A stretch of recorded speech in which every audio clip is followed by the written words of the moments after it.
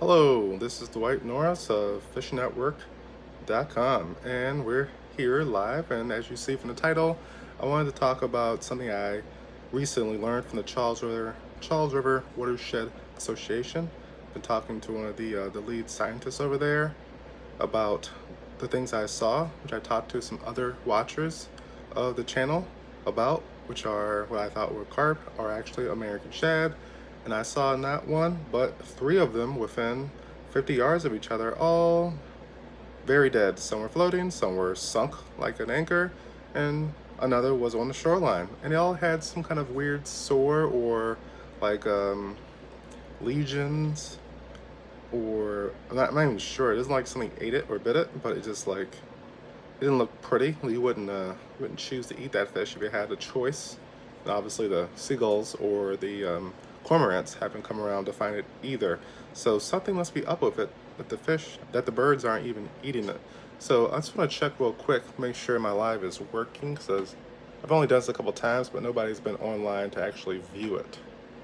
So I'm gonna go here, refresh my page, try to turn down my sound.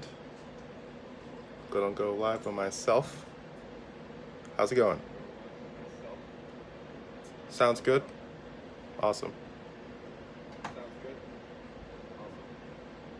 As you can tell. So, going backwards. Let me just read the email I got from one of the scientists. First, they thanked me for my video, that I showed them the video that I made live. I don't think, maybe it was a live, that I showed one of the fish. It wasn't very good picture of it, but I think she got the point. But she was very happy that I had my keen observations and that I actually reported it, so they will know something about the river that they don't usually know about, because they don't go out there that often, but that when they do, they go to do readings and see what the environment's about. I'm not sure their the intervals that they do it or how many people are in their team, but they get some information from people who are out there running, walking, jogging, looking at sites, or fishing. They would love to have it. You just have to know who to give it to. So let me read what it says here, the important part. We collected water samples along the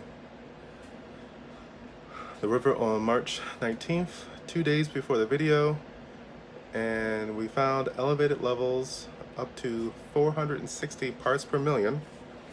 And as it warms up, the meltwater from snow piles are also bringing the road salts into the river, causing these high concentrations.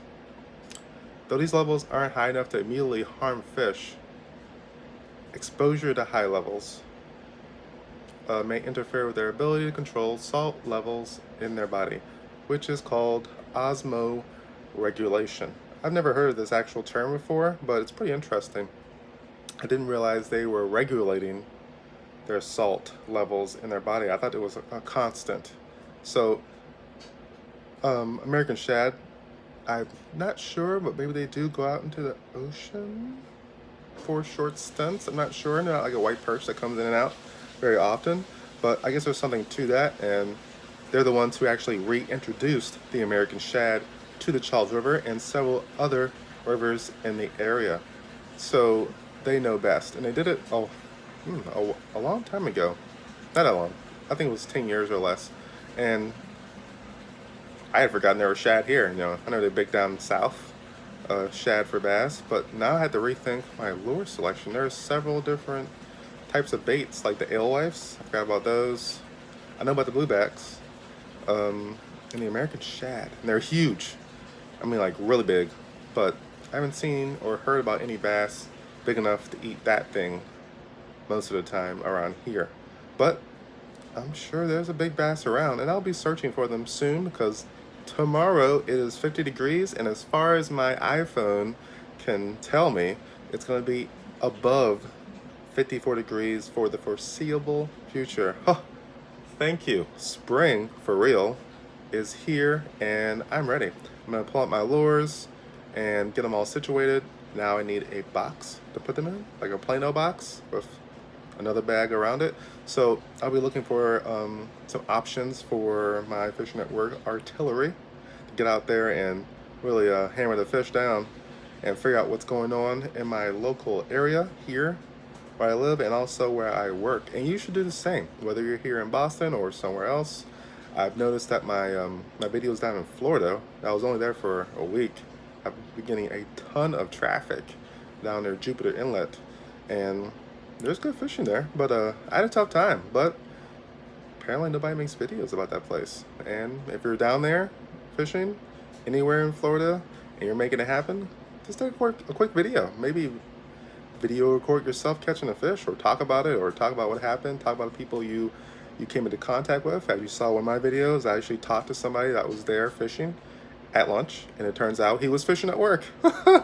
So he did it all the time. That was awesome. So I'm gonna cut this off here.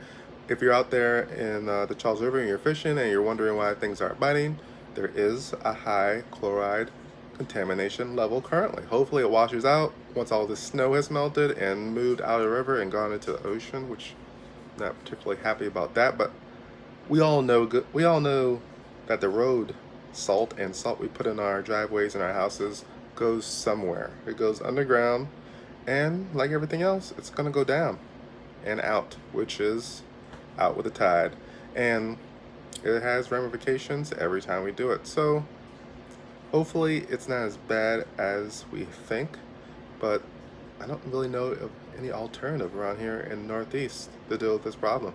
So let's hope the fishing gets better soon, the fish start feeling better, and we all have some fun and get out there and go fishing.